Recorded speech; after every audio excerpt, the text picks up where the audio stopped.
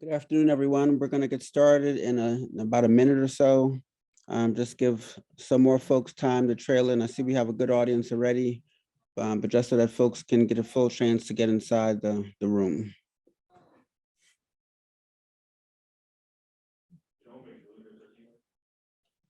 And I think I'm going to pull my curtain. It's a little bit bright over here. Hold on.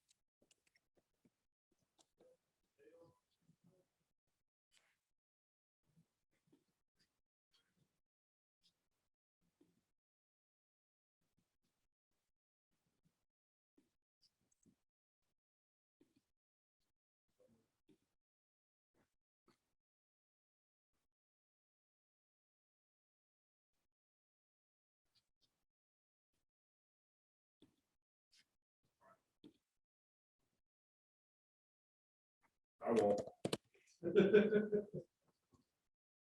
All right, good afternoon, everyone. We're going to go ahead and get started. I'm really pleased to introduce our speakers for this afternoon.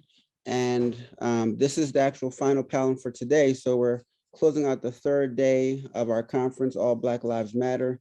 It's been a wonderful conference thus far, 3 fascinating days of discussion, conversation, keynotes, film discussion, and this discussion this afternoon, I'm sure will not be disappointing as well. So we're super excited about that. This panel is entitled Celebrating Monumental Challenges / Challenging Celebratory Moments. And we'll start our conversation off with a presentation by Maureen Gallagher. Just a bit about her. Maureen Gallagher is a lecturer in German studies at Australian National University. She holds an MA from the University of Nebraska and a PhD in German studies from the University of Massachusetts, Amherst. Her research interests in German studies are in the areas of gender studies, critical race theory, and critical whiteness studies, and post-colonialism, as well as decolonization. Recent publications have focused on inclusive and decolonial pedagogy, race and gender in German colonial literature, and First World War literature. And she is currently working on a book manuscript on whiteness in Wilhelm German youth literature and culture based on her dissertation, which was awarded the 2016 Women in German Dissertation Prize. Congrats on that. She's also authoring, she's also on the authoring team of the online open access German curriculum text, which has been supported by a grant from the National Endowment for the Humanities. So very accomplished, and we're so excited to have her with us this afternoon. Maureen, the floor is yours. Great, thanks. It's great to be here. I'm going to share my slides. All right, can you all see that? Hear me okay? Yep, I can confirm and hear you. Great, thanks. It's a bit strange to be presenting to an almost empty room, but I can see the list of attendees. I know there are many familiar names in the audience, so it's great that you all are here. Thanks, Dr. Green, for that introduction and for all your work on this conference. Particular thanks to Dr. Rosemarie Pina for her tireless work in this area, for her work with the BGHRA that we have all benefited from. I have learned so much from her. As well, I want to thank everyone on the program committee and everyone, in the background at Rutgers who helped make this conference happen. I've really enjoyed what time zones have allowed me to attend, and I look forward to catching up when things are posted online. I've been thinking a lot about, well, actually, before I jump in, I do also want to offer my land acknowledgement and acknowledge the first Australians on whose lands I live and work, and particularly the Ngunnawal and Ngambri peoples. And with that, I'll jump in. I was really inspired by Bronwyn Alpaco's remarks yesterday, particularly how she talked about how she works against the colonizing gaze of the camera, because what my paper is interested in is exploring ideologies of looking or gazing, and how Black German artists and activists in particular are kind of challenging the hegemonic whiteness, in particular here in the museum space. So yeah, when Berlin's Humboldt Forum finally opened to the public in July of 2021, after many delays and in the shadow of COVID, it was without some of the museum's star attractions. The large collection of Benin bronzes, for example, were still in storage. Not only, here's some example of the museum's collection. Not only was the museum's East Wing, which was to house much of the former Ethnological Museum's collections, still under construction, but the museum board had recently agreed in principle to the return of the looted artworks to Nigeria. Coincidentally, Friday marked 125 years to the day since Benin City was invaded by British troops in what was known as the Benin Punitive Expedition, an effort to destroy the independent Kingdom of Benin and secure British domination over the Niger Delta. Thousands of plaques and brass and bronze sculptures like those pictured here, many of them dating from the 13th to 16th centuries, were taken by troops, looted, or otherwise made their way illegally to the international art market as a result. Berlin's large collection of objects from Benin, which totals between 500 and 600, is second only in size to the British Museum's collection. It was amassed by Felix von Nuschan, who was assistant to the director of Berlin's Ethnological Museum, Adolf Bastian. It was then known as the Royal Museum of Ethnology.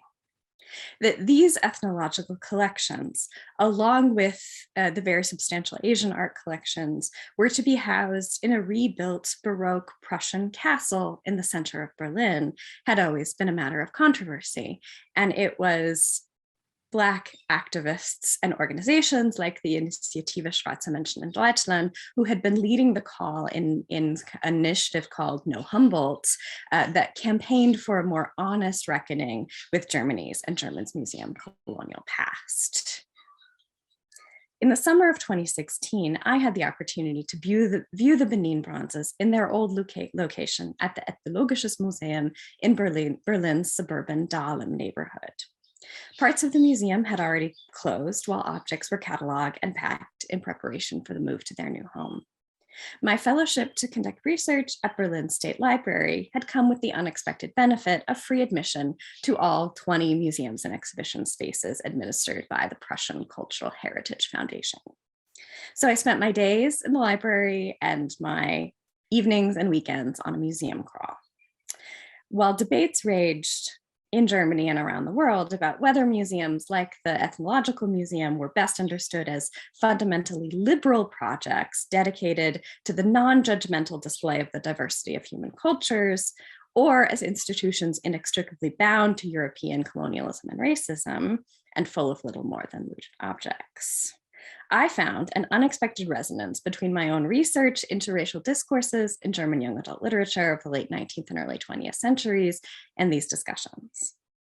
In a novel called Zum Schneedom des Kilimanjaro, so to the snowy peaks of Kilimanjaro, an 1896 adventure novel by Karl Falkenhorst, the reader meets a German national scientist.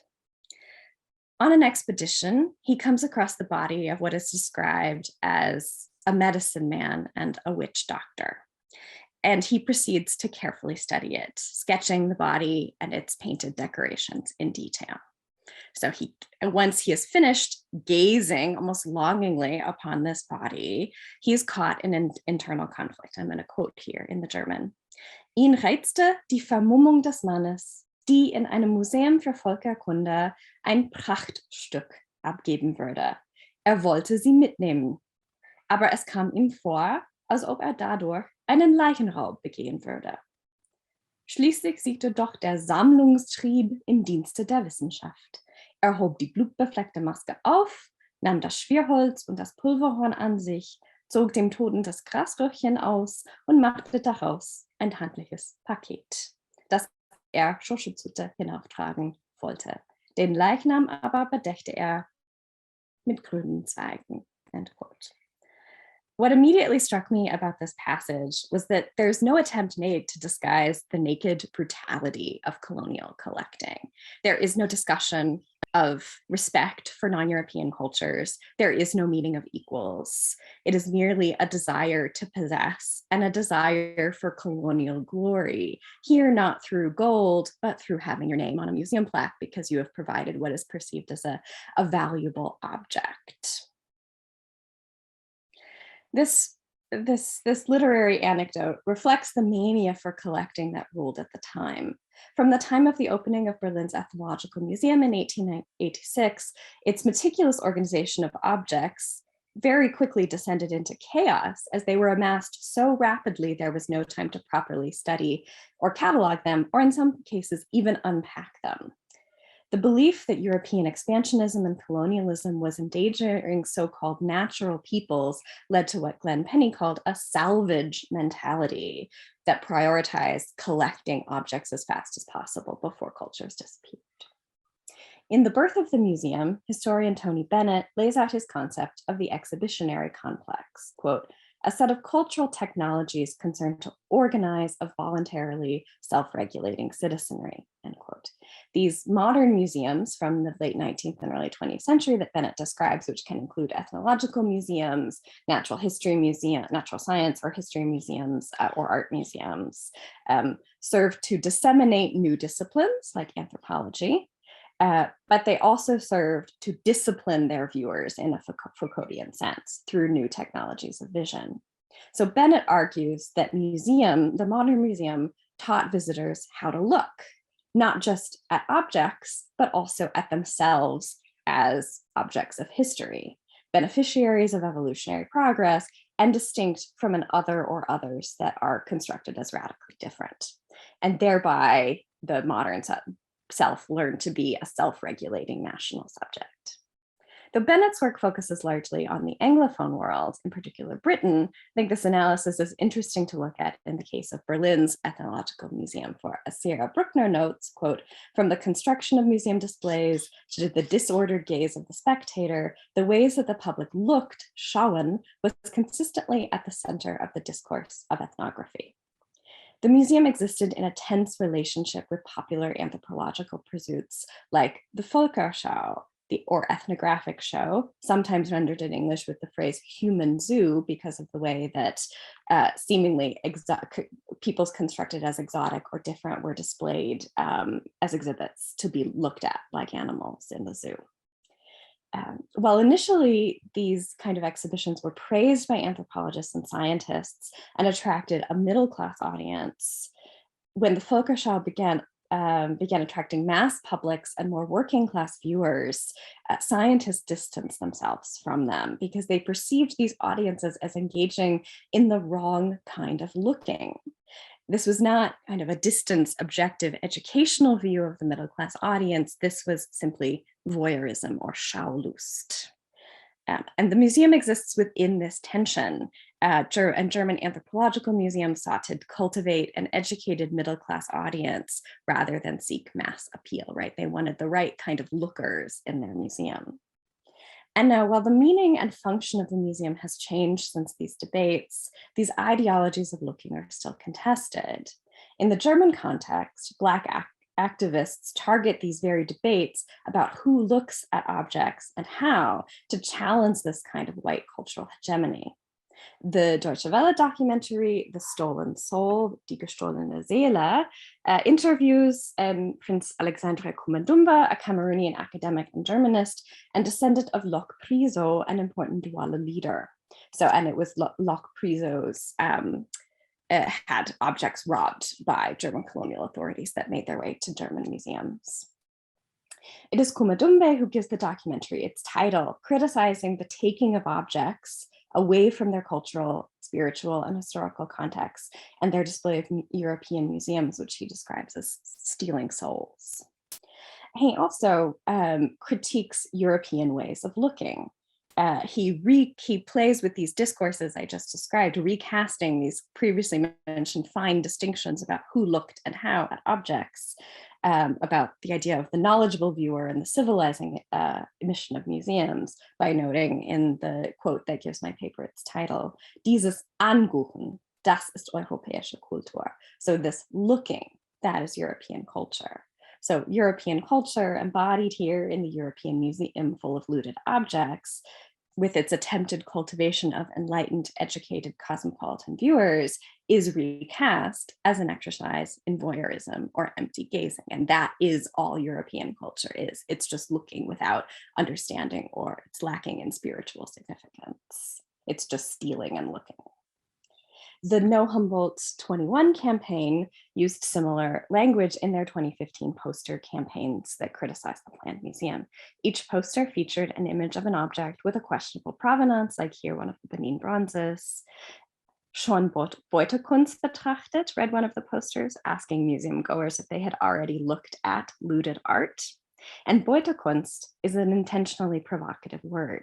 Though it in general can refer to art objects looted during wartime, it, along with the term Raubgut, which is another one used by decolonial campaigners, more commonly calls to mind the Nazi looting of art objects, thus drawing an implicit contrast between the legal framework that exists for the restitution of art and property stolen from Jewish people, and the lack of such a framework for the restitution of colonial art. Other posters in the campaign similarly shift the discourse around these objects and challenge the universalizing educational and preservational mission of the European Museum. So here are two examples. And finally, the fourth poster displays the iconic bust of Nefertiti, unearthed by a German archaeological team led by Ludwig Borchardt in 1912 and displayed in Berlin since 1924, from which time Egypt has demanded its return. The caption, "Freedom of Movement," points out the European hypocrisy of allowing objects to move freely across international borders when people are restricted. A recent event brought this point into stark relief when researchers Irina Machinda and Lucia Mbongi Nankeng of the University of Chang in Cameroon were denied visas to Germany to present the results of their field research into objects collected by Max von Stetten, a German colonial commander, in a collaborative project funded by the German Lost Art Foundation and the Five Continents Museum in Munich. Their visa denial claimed, quote, "There are reasonable doubts about your intention to leave the territory of the EU member states before the visa expires." And this is, end quote. And this is merely one illustration of the unequal terms on which these exchanges happen and the unequal ways in which knowledge and expertise are evaluated and valued. The 2015 text that you see here that accompanied these posters illustrates this point. Quote, "The cultural treasures of the world remain exclusively the good of the people of the North." In the written concept, the president of the foundation, Hermann Partzinger, invites visitors from Asia or the descendants of indigenous Indian or African societies to the German capital. In an era where people drown daily in the Mediterranean Sea because they have no other means to enter Europe, such an invitation can only be described as cynical. Aminata Traore, the former cultural and tourist minister of Mali, put it in a nutshell: "Our cultural works enjoy civil rights in places where even our entire community is denied permission to stay," end quote. And now here in the longer version of the paper, I have a section on Fatima El-Tayeb's brilliant work on the European museums in Undeutsch, where she sort of looks at the idea of the European border and Europe's Mediterranean border and the way people are kept out of Europe as a way of maintaining cultural heritage, and how sort of Europeans make claims to universal cultural heritage in how they deal with objects. And I'm not going to read that section in the interest of time. I don't want to go beyond the time, and I do want to make sure I have enough time to get to the last section of the paper. So, but if you have questions about that, we can talk about it in the Q&A. So in the final section of this paper, I'm going to return from these acts of resistance by artists, academics, and activists to an act of literary resistance in the form of Sharon Dodua-Otu's 2021 debut German language novel, Adesraum. And this is a fairly recent novel, so I'm sorry if you haven't read it yet. There might be some spoilers in my discussion. So mute it for the next 5 minutes or so, and then you can come back. Otu's 2021 novel, Ada's Raum, or Ada's Realm, as its English translation will read, is a multivocal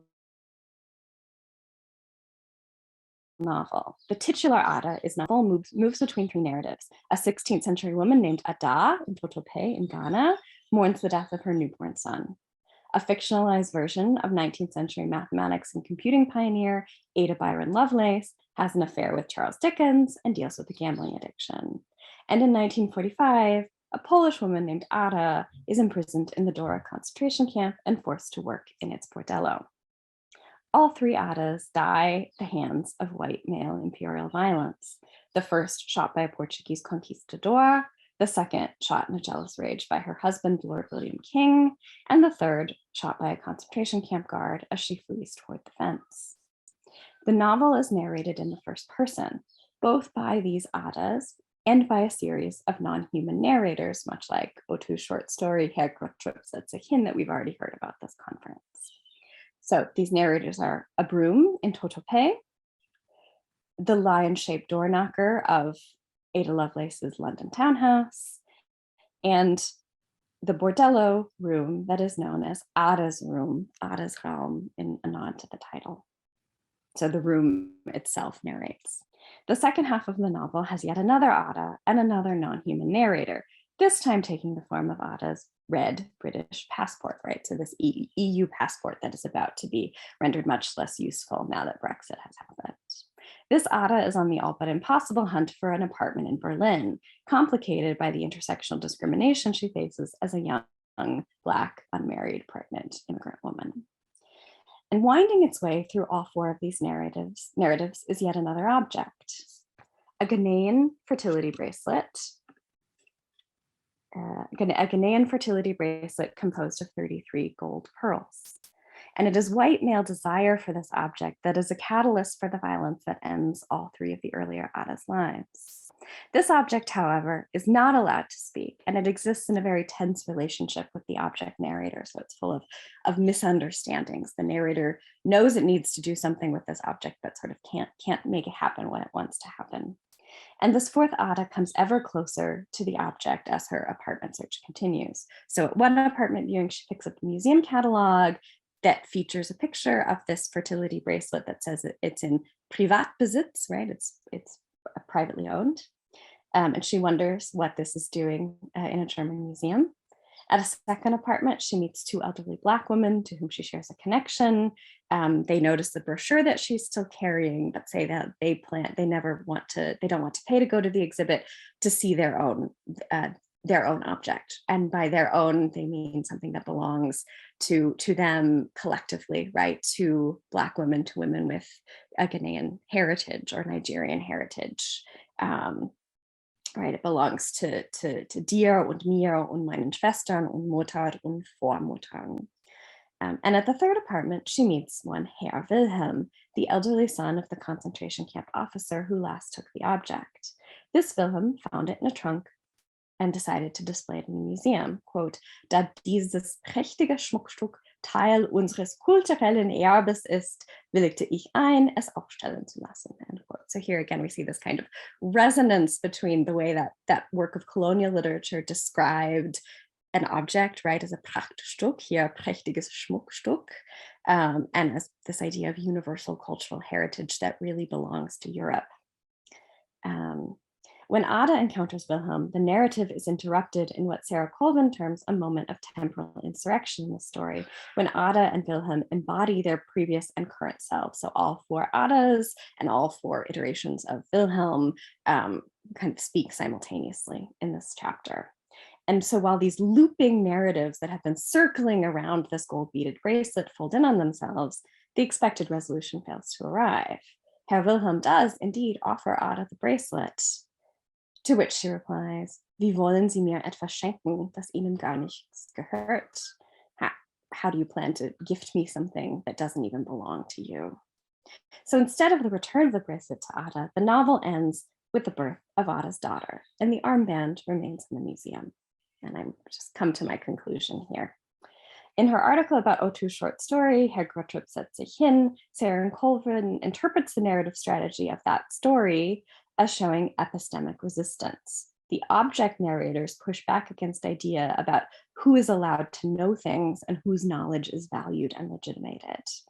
O2, in Colvin's words, resists, quote, white entitlement to hermeneutical control of everything, in withholding information about Ada and the egg, about the mysterious Verteilungen in which physical shapes and lives are allocated. O2 preemptively resists any attempt by readers of Herrgård to take hermeneutical control of the story, end quote.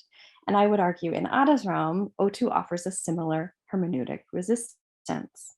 Giving the object back does not reckon with the legacies of colonialism and imperialism, address hegemonic whiteness, or repair the wrongs that were and continue to be done to people of color. Thus, the object remains in the museum, where it can be gazed upon by museum viewers who are unable to understand its significance. Ada and the women around her keep their knowledge and understanding of this object's significance for themselves and their community. And in this way, this white hegemonic museum gaze is limited, its power is taken away, with the museum viewers no longer exercising control over what the object means or how it is looked at. O2, like the other figures I've discussed in this paper, resists the museumification of objects and resists the exhibitionary complex that Bennett describes. They resist European claims to control of world cultural heritage, to dictate not only where and how objects are displayed, but who looks upon them and how they do so. And in bringing scrutiny to ways of viewing and thereby attempting to control objects in museums, they turn the gaze back upon whiteness. And with that, I see that I am at 20 minutes. So I will end and thank you all for your time and attention. Well, I would say this morning, I guess it's afternoon for most of you. So thanks. Thank you so much for that, Maureen. A really rich presentation, and you've given us a lot to think about. So our next presenter, I want to introduce is William Daniels. William Daniels is a PhD candidate in the Department of American Culture Studies at Bowling Green State University. He holds an MA in English Literature from Eastern Michigan University. His research interests are in the areas of queer studies and landscapes of public memory, as well as urban studies. In his dissertation, he investigates how racialized surveillance impacts African Americans in public spaces in rapidly gentrifying cities. We're so thankful to have you, William, and the floor is yours. Thank you for having me. So my paper is, the title is Taking Up Space, the Maya Ayam Ufa, and the Queering of Public Space. Monday afternoon, April 12th, 2021, on a cloudy spring afternoon, a biker rides through the park at Maya Ayam Ufa and the Kreuzberg neighborhood in Berlin. The U-Bahn passes above. An audience with K95 masks awaits a performance. Across from the spectators, there are 6 panels of Afrocentric collages of photographs forming a semicircle. The artist, Esoge Kasango, slowly walks through the artwork with a boombox in his hand. Kasango grew up in France, the son of Congolese parents. He stands in front of the images with hands stretched to the sky as Ultralight Beam by Kanye West begins to play. Kasango begins to perform a variety of hip-hop street dance styles, such as popping and crumping. People in the park, albeit socially distanced and 6 feet apart, begin to walk towards the performance and take photos and videos with their phones. The sidewalk serves as a stage as the audience looks attentively at the performer. Kasango's creative decision to occupy public space on Maya Ayam Ufa illustrates the importance of location to performance. Performance studies scholar Ann Chertovic notes that, quote, queer performance creates publics by bringing together live bodies in space, and theatrical experience is not just about what's on stage, but also about who's in the audience creating community, end quote. The ephemeral choice of public space as a performance venue queers notions of who is included and excluded as potential audience members. Kasango's performance at the Maya Ayam Ufa exemplifies the links between memorials and activation of public space.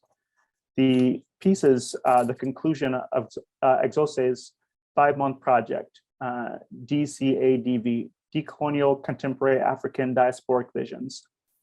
His project was completed in residency at Oyun Culture Nudenken, which is a cultural center in the Roderkreuz neighborhood, often called Kreuzköln of Berlin. The performance is part of Oyun's week-long embodied arts festival. The goal of the festival is to explore, quote, identities, belongings, and embodied memories through diasporic, decolonial, and queer perspectives, end quote. The location of the performance at the Maya am Ufer, a street in the Kreuzberg neighborhood of Berlin. The Maya am Ufer is a site in which leisure, dance, and activism can all intersect. The street was renamed in 2010 in memory of the afro-German poet, educator, and activist Maya Ayam. Through the lens of Black geographic thought, I will discuss the importance of how memorials can queer and transform public space. This project, by closely examining the history of the Maya Ayam Ufa, will shed new light on the little recognized connections between the reclaiming of public space and transnational Black geographies. The street that is now known as Maya Ayam Ufa in the Kreuzberg district of Berlin was previously called Grobenufer. In 1895, the street was originally named after military officer and colonial explorer Otto Frederick von der Gruben. On behalf of Frederick Wilhelm I, von der Gruben founded the Fortress Groß Friedensburg in present-day Ghana in 1683. This is now considered part of German colonialism's prehistory. From that fortress, over 30,000 enslaved people were transported from Africa to Europe and the Caribbean. Activists and residents wanted to rename the street because of the dark history associated with von der Gruben's ties to slavery and colonialism. Several groups have worked towards renaming the street, including the Initiative Schwarze Menschen and Deutschland ISD, the Initiative of Black Persons in Germany, which I am co-founded in 1986, the group Berlin Postkolonial, and the NGO Berliner Politischer Reichstag, BER. In 2007, the Green Party, with the support of the Social Democrats and Die Linke, petitioned the district parliament to change the name of Grobenufer to Maya Ayam Ufer. The decision to rename the street was made on May 27, 2009, and the ceremony was held on February 27, 2010.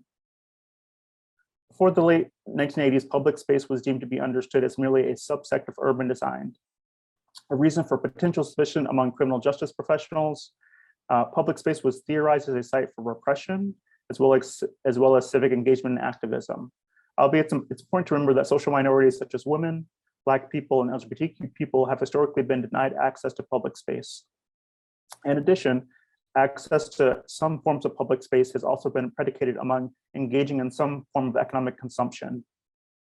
Urban studies scholars seek to investigate the importance of public space to urban political economy, control, as well as dissent. The conception of the racialization of space allows us to see how public spaces can become racialized spaces.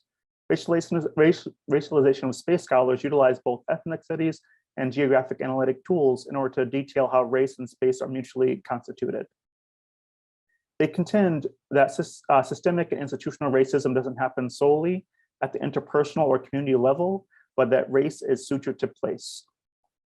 American Studies scholar George Lipsitz argues that, quote, lived experience of race has a spatial dimension, and lived experience of space has a racial dimension. Lipsitz notes that the white spatial imaginary is representative of racial exclusion, segregation, and dispossession. Racialized space often goes unnoticed because it has become so naturalized and unquestioned. The concept of the white spatial imaginary contends that spaces that are deemed neutral are often highly racialized. Segregation in housing, education, commerce, and work is often overlooked and unchallenged. These unobserved spatial markers of racial segregation reflect the unopposed racial hierarchies of everyday life. Lipsitz argues that, quote, the social relations take on their full force and meaning when they are enacted physically in actual places, end quote. He contends that the racialization of space is manifested within the physical and cultural landscapes of everyday life. The racialization of space can also form communities of solidarity. Lipsitz argues that Black spatial imaginaries exist in contrast to dominant spatial imaginaries. Dominant spatial imaginaries in the city are developed, quote, for the convenience of owners, investors, as well as tourists, end quote. The restitution of space is not only about abjection or discrimination, but it can also represent communities of solidarity among minorities. The term racialization of space and white spatial imaginaries both investigate the intersections of race, place, and power. Public space for multiracial communities built on concepts of solidarity and mutual aid could counter the negative effects of racial segregation and exclusion. Gatherings in public space, such as public gardens and roving protests and marches, often function as spaces of solidarity. Lipsitch argues that the Black spatial imaginaries have, quote, something valuable to teach us about democracy, justice, and the built environment, if only we can train ourselves to see it, end quote. Black spatial imaginaries may allow cities to reorganize themselves in ways which bring communities together instead of separating them. Before the work of Black geography, scholars such as the late Clyde Woods, Ruth Wilson Gilmore, and Catherine McKittrick, scholarship regarding the centrality of the Black experience of space and the discipline of geography was not discussed very often. Similarly, research in Black studies often focused on societal or historical events without a focus upon the spatial nature of oppression. The intertwined nature of race and space can be found when investigating themes in Black studies, such as slavery, exclusion, segregation, forced migration, as well as incarceration. The field of Black geography interrogates the intersections between race and place. Black geographer Camilla Hawthorne notes that, quote, Black geographies assert the inherent spatiality of Black life, the spatial imaginaries, space-making practices, and sense of place rooted in Black communities, end quote. She argues that spatiality is deeply connected to racial formation.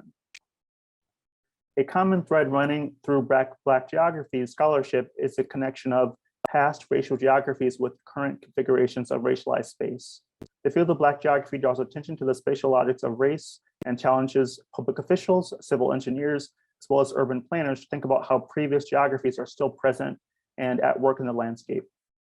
For a cross-cultural comparison, the work of Derek Alderman on the geographies of slavery and memory in the Southern United States focuses on how racial systems motivate memorialization and memory politics. In the context of the United States, street naming or renaming is one of the ways in which Black people, activists, as well as residents and politicians can rewrite the landscape of Southern identity and commemoration, and promote community memory as well as cultural visibility within racialized sites of public space. The work of Alderman on memorialization and counter-memory focuses on the conflict over history itself, highlighting how misrepresentation perpetuates a symbolic erasure of the Black experience from the landscape. The art of creating a memorial never happens in an ahistorical world unimpacted by racial formation. The act of memorialization has the potential to both legitimize discriminatory past events, as well as contribute to racial hegemony in the future. Alderman's work stresses that history is a dynamic terrain of rewriting and contestation, particularly in terms of who crafts the narratives and how it relates to sites of racial inequality and oppression. Similarly, Inwood looks at disputes regarding memory and how it shapes the built environment through practices like cultural heritage tourism and memorialization. These geographers are addressing the specific context of how racism shapes the built environment in the United States, but there are many concepts that would apply to a European or even a German context. In Germany, many sites of public space are assumed to have never been occupied by people of color. The German racial imaginary is both similar and different from many of its white Western counterparts. In the United States, the legacy of chattel slavery is evident in the current experiences of discrimination, while at the same time, the discourse of colorblind ideology, meaning that race has no impact on everyday life, has become quite pervasive. However, in Germany, scholar Michelle Wright states that, quote, white Germans do not read themselves as racially self-same with other white Western Europeans, but rather a distinct bulk with a specific cultural and racial heritage, end quote. Wright notes that regarding the cultural imaginary of Germany, there is trouble viewing those who do not share a German racial heritage. They're not seen as quote unquote true Germans. Resulting from this limited view of Germanness, Black Germans, despite having been born and raised in Germany, are often culturally assumed to not be German, but African. This racial imaginary of exclusion isn't solely a practice of the 21st century. Wright notes that many of those who identify as Black Germans were born because of interracial relationships that occupied in three key moments of German history: the World War I Allied occupation of the Rhineland, the World War II Allied occupation of Germany, or the post-war years, 1950 to the present. When examining the history of these three generations of Black Germans, we can see how anti-Black discourse solidifies the narrative of these native-born people as viewed as perpetually foreign.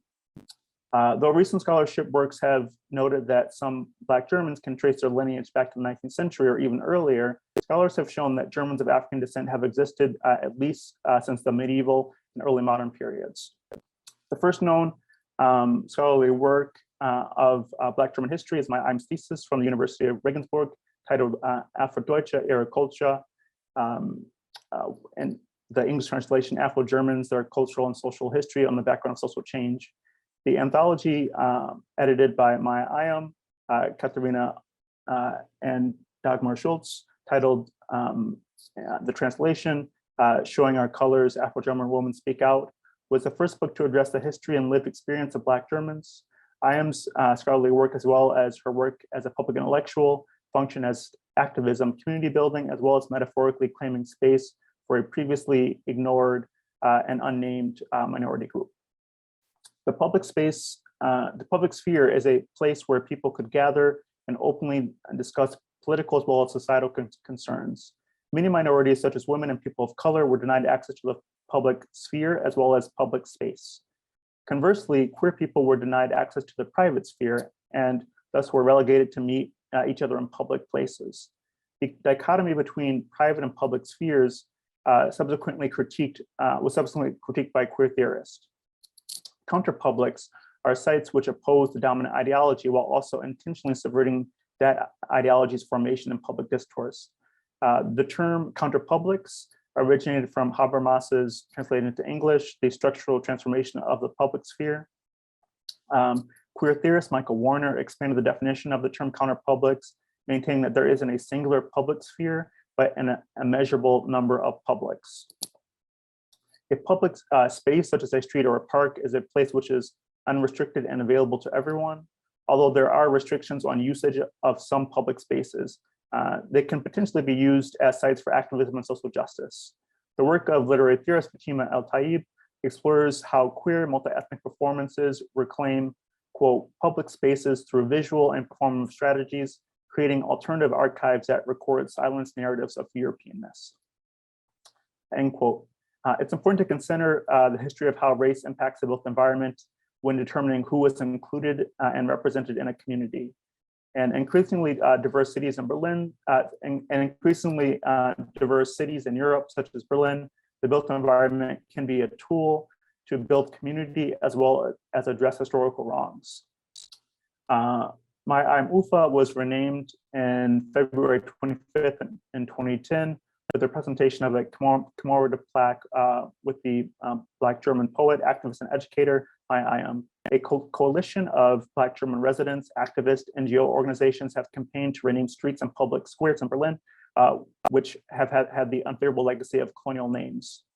Their goal is to rather to uplift the name and life of people whose efforts have contributed to a critical discussion of Germany's colonial past. The act of remembrance actively aids in the positive transformation of society in Germany by acknowledging the diverse communities that have been there all along. Before the renaming of the My I'm Ufa, the street previously named Gruben Ufa, honored the life and memory of Otto Friedrich von der Gruben. At the renaming ceremony, Green Party politician Elvira Pichler critiqued the legacy of von der Gruben when she noted that he, quote, created the material conditions for the electorate of Brandenburg slave trade and was honored in Imperial Germany and up to the NS era as a symbol of the beginning of colonial endeavors, end quote. The street name was a memorial for von der Gruben, was never void of racial meaning. It was deeply tied to the colonial history of Germany. Although Pichler reminds us to be cognizant that the renaming isn't a forgetting or erasing of colonial past, but a foregrounding of Germany's history of Black German anti-colonial activism. Pichler notes that, quote, with the renaming, we want to promote a discussion of German colonial history and its aftermath in the present day. It is therefore important that the street name preserves the colonial reference, whereas the direction of the view is reversed, end quote. Although the colonial legacy of Van der Gruben was disputed both before and after the renaming of the street. Some journalists have disputed the degree to which Van der Gruben was actively involved in German colonialism. Martin Otto from the Frankfurter Allgemeine Zeitung states that, quote, Otto van der Gruben used to be honored as a German colonial power, something he never was, and dishonored as a slave trader, end quote. Otto's contention is that van der Gruben was merely a colonial adventurous, while others were much more actively involved in German colonialism. It's important to remember, it's important to have an honest discussion about the colonial legacy and context of van der Gruben. It's helpful to look at historians who have actively engaged with both primary and secondary sources written about van der Gruben, and to show the connections between early modern Germany's entanglement in the Atlantic slave trade. To conclude, in the United States, the United Kingdom, and Europe, as well as countries around the world, numerous people and publics have dedicated memorials commemorating queer communities, particularly since the start of the HIV/AIDS epidemic in the 1980s. A few memorials have commemorated the uniquely intersectional experience of sexism, homophobia, and racism that many queer women of color have faced both in the past as well as the present. Queer memorial sites can impact both people within and outside of LGBTQ+ communities. Memorials which queer public space frequently avoid figurative LGBTQ+ representation and often include space for observers to engage in shifting moments of reflection, enthusiasm, as well as celebration. Renaming sites which evoke the colonial past is just the first step towards social justice. True change occurs when the place is activated by people and their performance of the everyday. Thank you. Thank you so much for that, William. We really appreciate your thoughtful reflections on space in that particular context. And thank you both. It's really wonderful presentations, giving us so much to think about. So already there's a comment, actually a couple of questions in the Q&A. So I just want to get directly to those. And the first is from Vanessa Plumley. The question is for Maureen. Can you speak more to the capitalist and materialist framework in which Schatz's treasure and boot/loot is employed in your talk and in the circulating discourses, both past and present? And she continues, I'm thinking of the context of the No Humboldt #21 activist efforts that are trying the movement, that are tying the movement of capital goods, materials, humans, flows in the past to capital goods, humans discursively constructed as, quote, disposable, and crossing violent borders in the current landscape in connection to the Nefertiti bus poster you showed about the freedom of movement. I'm also thinking of the idea of Privatbesitz with out of Rome, and the reference you made to etwas, well, translated, something that doesn't belong to someone, which implies non-ownership. This is a radical commentary on whiteness, not just as a violent and discursive gaze, but as constructed through the concept of property / ownership. So Maureen, if you'd like to just address that to begin with. And thank you, Vanessa, for the question. Yeah, thanks, Vanessa. That's an excellent question. That's really excellently formulated. And yeah, and I think it highlights something that right, I think is an undercurrent of the paper that I hadn't really highlighted. So thanks for pointing that out. I think there is, right, absolutely in all of these works I talked about, there is a critique of, right, a critique of the connection between capitalism and colonialism, right, and these ideas of ownership that are being right, that Western ideas of ownership that are being imposed onto other people, right? These sort of legal frameworks about who owns what. In the section about using Fatima El-Tayeb's work that I cut out, I do talk about that a little bit in terms of that is one of the arguments that gets made to justify these objects being in museums, is that they were purchased legally or based on the legal frameworks of the treaties of the time that it was legal. Right, that doesn't of course mean that it's just, right, and you have this exportation of European legal frameworks onto other groups. And so I very much think in all of these things, that's what's going on, is this critique of ideas of ownership, because that is exactly, as you point out, what O2 is rejecting, this idea that this is an object that can be owned. Right, or that it can be controlled. And so it's about who owns it, who displays it, and also who controls the knowledge behind it and its meaning. So yeah, thanks for that. Thanks for that great question. I hope that I addressed that. I will certainly in the paper. I will in the when this whatever form this appears in, I will address that more closely and credit you for helping me think through those issues. Okay, thank you. We have another question from Maureen. This is from Emily. I wonder if Maureen could talk about the audience that she imagines for this talk. I'm especially interested in the choice to present the photographs of the stolen objects in her presentation, especially considering in the activist critique of the presentation of these objects in museums, where the relationship between the gazer and the objects engage viewers in, quote, empty, voyeuristic looking. Thanks for that. That's yeah.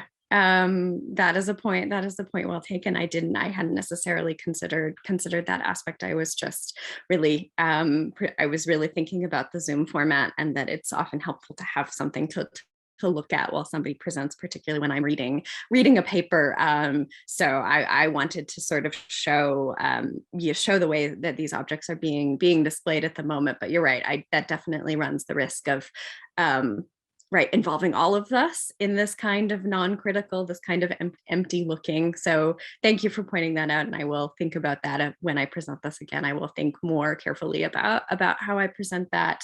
I do want to, I also want to, one thing that I talk about that I write about in the longer version of this paper is this idea of digital restitution, which European museums really like, and that's one of the what I showed was the image. It's an attempt to very carefully photograph all the images to document, to display the provenance. But kind of the idea is that, which I think is an idea that we need to hold up to critique, is that it's possible to offer digital restitution, that just making careful digital copies of objects is enough of a colonial restitution. So that's also what's going on there as well. And the screenshot I included also shows the number of objects in the collection. I did want to just to highlight the really the extent of what is going on. So, but thank you for that comment, and I will think more carefully about the image that I use and how I use them.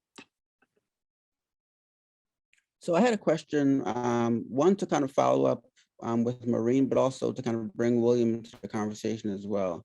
It's not so much a kind of question as it is a kind of just observation. And so a friend of mine, a colleague in my department, actually works on thing theory. And I think Bill Brown and some other folks are the ones who kind of really responsible for thinking through what thing theory kind of means and does. And this is a kind of quick gloss, the idea that objects within themselves kind of have a type of agency. And I think you were kind of saying this all along already. So, I think it's not something which is obviously new to your project, but kind of how does that even kind of further complicate the idea that these objects are possessed even by kind of colonial powers? And so even the way in which, for instance, rust on a metal object, right, begins to kind of push back against the idea that it's going to be there forever, contained in a particular place. And of course, that doesn't in any way contradict the idea that they are stolen, right? That they are loot. So we're not like glossing over that, but just to kind of push, kind of the ways in which we're mapping resistance in some really interesting ways. How does the agency of the object itself further, your discussion of how we can think about this? So maybe you might just want to say a few words about that. Yeah, sure. I would be happy to. Yeah, that you're absolutely zeroing in on something that is very much at work, particularly in O2's work, but I would like to think more fully about that. So I will also flag the scholar Evan Torner has a forthcoming book chapter about Sharon O2's works and object-oriented ontology. So this idea of the independent lives of things. So there is some work on that. That is certainly one of the ways that that scholars read Otu's works as this kind of speculative realism about sort of looking at the eyes of objects. And Sarah Colvin in her published work also, she doesn't necessarily use those terms, but also deals with in this idea of epistemic resistance, right? Otu is sort of challenging who is allowed to know things, where you have these object narrators that are almost omniscient narrators, right? They know everything. They have deep time, they have an understanding of deep time. They can move through time and space independently in ways that, sort of in ways that challenge Western ideas about time and knowledge. So this is very much at work there. But I will certainly think about how that relates to the idea of looking at objects and the display of objects as well. I think that's a really rich and fruitful field of inquiry here. Yeah, thanks so much for that, Maureen. For Will, so I really enjoyed your presentation as well, and had a couple different points, but I'll just kind of begin with one. As you began talking and kind of setting up the scene, right, of the space, you talked about, just kind of mentioned briefly that Kanye West was playing in the background. And it kind of just reminded me of the fact that as we're thinking about kind of concrete space and how it seems immovable, there's also ways in which like sound, right, also impacts the physical, but also can transform a space. And so maybe if you had some reflections on the ways in which we're thinking about kind of the layers of history and colonialism and how they determine space, but then not only can people kind of rename things, not only can people kind of gather and queer spaces in that way, but also they can play music or produce sounds which can't be anticipated, right, by the given space. So perhaps if you could just maybe reflect on what's happening, not just with Kanye, which is interesting all of itself, but with this idea of sound, right, like geographies of race, but also, sonic landscapes as well, and how that affects race. Thank you for that question. Yeah, I mean, I think that the kind of connections between sound, art, and performance, and I think that when I was thinking about the space, I was like, well, how can that space be used and how has it been used?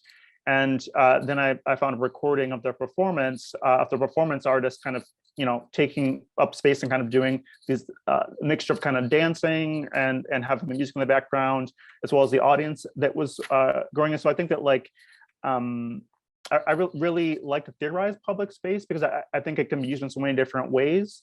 And I think sound can also transform public space, how it's used, who it's used by. The research for this paper is kind of a new project that I've started. The work of my dissertation is about also that connection between race and sound in public space.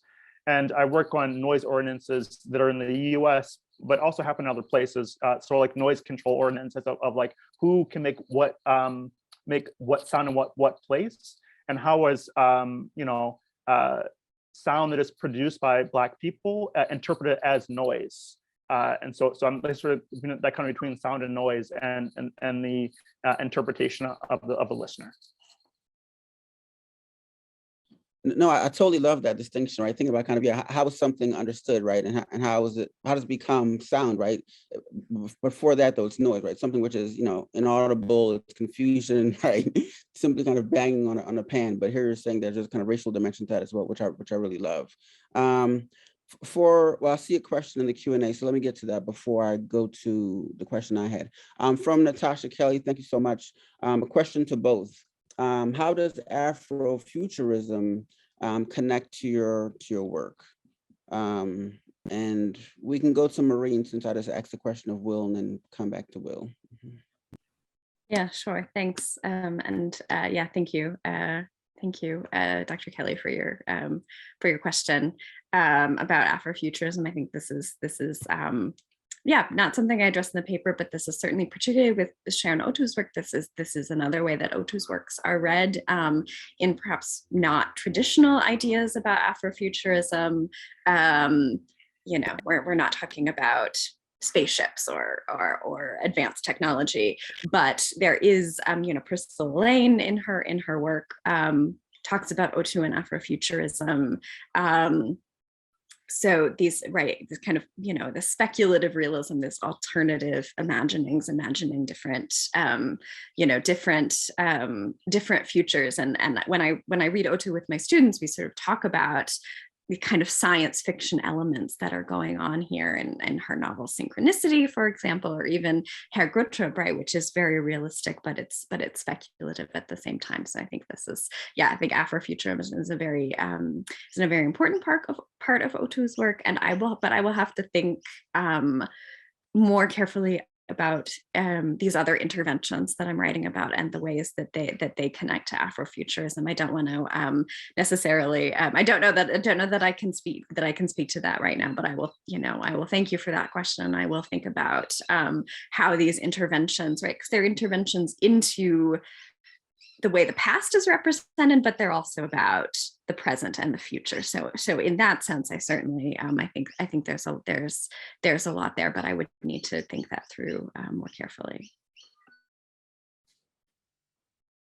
Thank you for that question. I in this project, I haven't engaged with Afrofuturism specifically, but I think that it's like really informed my work. My background, I have a MA in African American literature, and I was really inspired to get into academia because of the work of Octavia Butler's Kindred, and this work between like past and present and this kind of slipperiness. And I think that with like the renaming of the street, it's like this kind of push and pull between past and present, and finding these gaps and these ruptures that exist. So I think I'll try to incorporate that more into kind of further research. Can I actually ask a question of William about that? Because I was thinking about this during your paper, and I hadn't necessarily thought of this in an Afrofuturist framework, but I was thinking of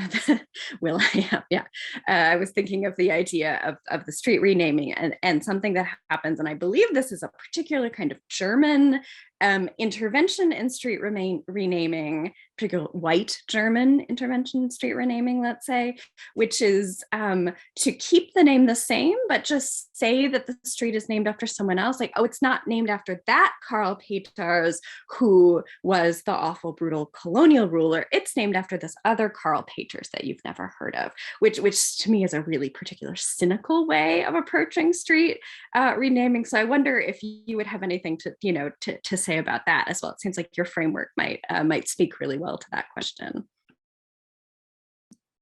Thank you for that point. That's good to think about. I mean, so I've been thinking about like in different spaces of these renamings happening in Berlin and in Bremen and different places throughout Germany, and trying to get more into kind of like a deeper history of what's going on in each different place specifically. But I haven't thought about that specifically, the naming it after someone else. But that's interesting because I think there's also kind of ties about like how, the process of memorialization and in American context is kind of like mourning of like civil war memorials being taken down. And I think it's handled differently in an American versus like kind of a German context about this renaming or memorials being taken down. Really wonderful points. I see one more question in the Q&A, but also had a question I just want to kind of throw in there as well before we get to the Q&A really quickly. And this applies, I think, both to William and Maureen's work. So I think Maureen especially had mentioned the term, which you've heard, all weekend long, and we've been thinking about in terms of this work, colonial amnesia. And it really struck me that both of your work, in some sense, like really kind of complicates that on a fundamental level, in the sense that the project of the museum is to remember, right? And so if we're thinking of, Germanness as being constructed by kind of foundational, like forgetting of its colonial atrocities, in some sense that's true, but then it's also not, in the sense that they're always kind of re-invoking colonial, oppressors. And in that sense, the colonial legacy isn't forgotten, it's simply forgotten kind of what it means in some sense. So I was wondering also maybe if the both of you might speak to the way in which these sites, these street names, these museums are in some ways complicating the idea that the colonial legacy is about forgetting, because in some ways it's really about remembering. It's just the way in which memory happens, right? The way in which memory works. So perhaps you might say a few words about that. And for either can start, William or Maureen. Mm-hmm.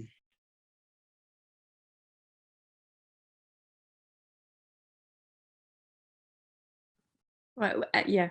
I mean, I'm happy to. I've also answered a lot of questions as well. So, Will, if you wanted to speak first, that would be fine. So, all right. Yeah, I mean, I think this debate's about memory and forgetting are very much about what's going on with the museums. And I'll reference something that Sharon Otu said. She spoke on a panel that was about museums and very much about these debates with Jürgen Zimmerer and Benedictine Savoy, who've been very involved in these discussions. And I really appreciated the way Otu framed it, and I think you see this reflected in her works of fiction. Essentially saying that in trying to deal with this, the Germans have skipped several important steps, that it essentially went from this kind of colonial amnesia, we weren't responsible. So in the old Ethnologisches Museum, the only engagement with German colonialism was in a temporary exhibition in a hallway, right? The context of the conquest of Benin City, which is all blamed on the British, is thematized, but German colonialism was not built into the architecture of the museum. So essentially, but so going from sort of skipping straight from it's not thematized in the history, the history museum. Sorry, I've got a connection unstable warning. I hope you all can still hear me. Skipping straight over that to, but we've had this, we're decolonial, right, without undertaking the kind of reckoning and repair that needs to come and reconciliation work that comes with decolonization. So I think that you see this in these debates, and you see this in the language that, for example, the Prussian Cultural Heritage Foundation uses to talk about this as if, we're weltoffen and we're cosmopolitan, and this is a site of engagement and critique. And this is after years of fighting back against any kind of talk about restitution of stolen artwork. So that's what I would say to that. Yeah, I mean, I agree. I think that the politics of forgetting and memory is also like the politics of like the state and the story, kind of the stories that the state tells about itself, and kind of the new, how it can happen in certain ways is that you can have these kind of stories about diversity turning into kind of like neoliberal diversity. So you'll have spaces that are about multicultural representation, while at the same time kind of aiding gentrification or like pushing out certain communities who live in different areas. So I think that it's that memory and forgetting is this diversity work or memorialization work, is it being used as a way to kind of further neoliberal economic norms? Is always something to kind of that I think about when I'm thinking about different projects. Okay, great. I wanted to just make sure I acknowledge comments coming from both from the chat and the Q&A. So from the chat, Natasha writes, Germanist in its original nonsense is biological. How does that relate to your work? And then also, I think a bit of a revision, I guess, of a statement that was made. I just want to make sure I'm honoring the statement. German Historical Hygiene Museum in Dresden was built exactly for that, I think for that purpose. But perhaps to the question about the biological foundation of how Germanist is imagined, if either of you would like to speak to that. Yeah, thank you. I was starting to reply to Natasha Kelly's questions in the chat. So yeah, and to that, and the earlier comment as well about the my Aimufer. I hope I didn't mean to imply that white people had anything to do with the renaming. I hope I didn't misspeak. In that, I was just kind of trying to ask about this kind of white resistance to renaming projects. Certainly. Right, I can certainly imagine that that these are complicated issues. Natasha could certainly be on this panel with us speaking, as she is another person who is involved in these decolonial museum interventions. I talk about her Giftschrank installation at the German Historical Museum with my students when we talk about language and the type of language that we use and how we find affirming language and who we defer to as authorities for language for talking about people of color in Germany. So yeah, I can just say, yeah, in my work, because I do study race and whiteness and these discourses and how they emerge in, in young adult literature of the colonial period, I'm absolutely engaging with these kind of, these deep discourses about race in Germany that are Germanness as a biological and cultural racial identity. And I think you very much see this in these museum debates as well. So I can just agree with that as well, and say that, I do, engage with these racial discourses going back to Kant and Herder, and how, these attempts to understand biological and cultural diversity and Germans' place in it. And that is, one of the things that the Tony Bennett work that I cited talks about as well, is these modern museums as technologies of progress, as sort of showing, right, the museum visitor is the sort of culmination of this evolutionary progress idea right there. And so I'm interested really in working more deeply with that and thinking about that.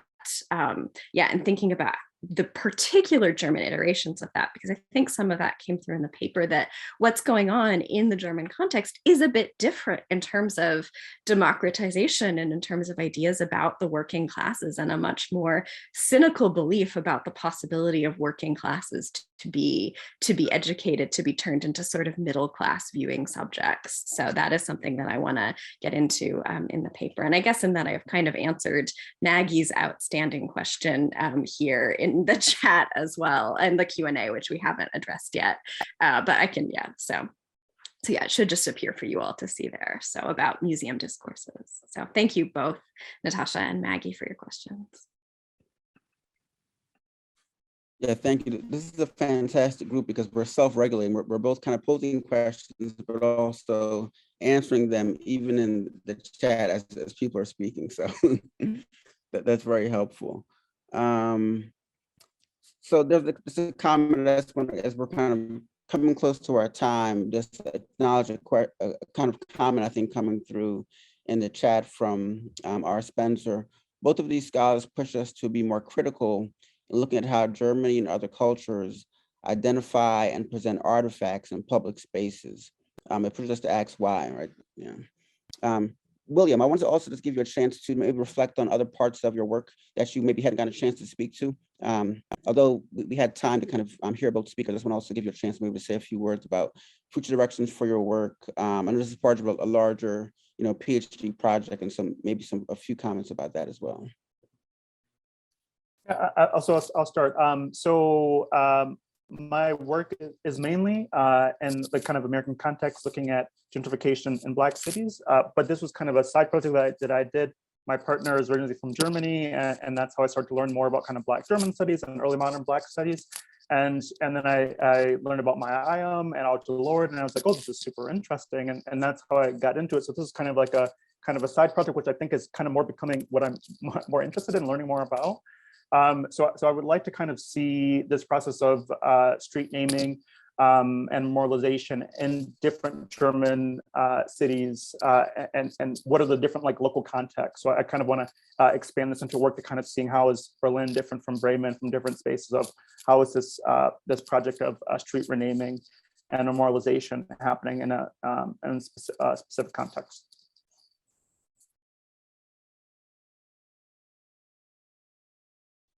Thank you so much for elaborating on that. I think it's really helpful to understand the broader scope of your work. And then Maureen, if you want to maybe talk about this again, kind of how this work is part of other work that you're doing as well in terms of book projects.